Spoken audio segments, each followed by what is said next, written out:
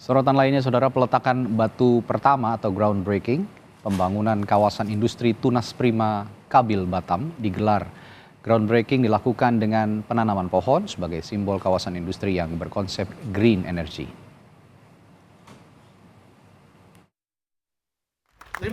Peletakan batu pertama atau groundbreaking pembangunan kawasan industri Tunas Prima Kabil Batam dilakukan Kepala Badan Pengusahaan atau BP Batam Muhammad Rudi pada Selasa 19 September 2023. Kepala BP Batam Muhammad Rudi mengatakan beberapa tahun belakangan ini BP Batam melakukan sejumlah pembangunan infrastruktur untuk menarik investor datang ke kota Batam.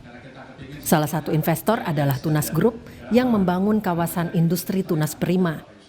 Rudi menambahkan dengan adanya investasi yang akan masuk ke kawasan, industri bisa terus berlanjut sehingga akan berdampak pada perputaran ekonomi kota Batam. Di tahap awal pembangunan kawasan ada komitmen investasi sebesar 5,5 triliun rupiah dengan target nilai investasi mencapai 20 triliun rupiah.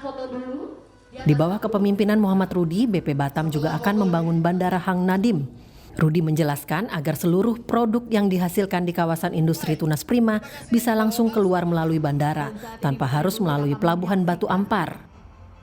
Rudi juga mengapresiasi komitmen Tunas Group yang segera membangun kawasan industri setelah mendapatkan alokasi tanah dari BP Batam.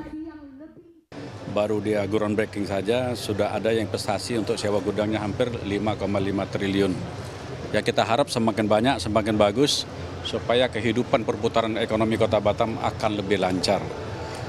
Bandara ada satu daerah strategis yang kami siapkan, karena bandara segera akan kita bangun, tidak ada lain.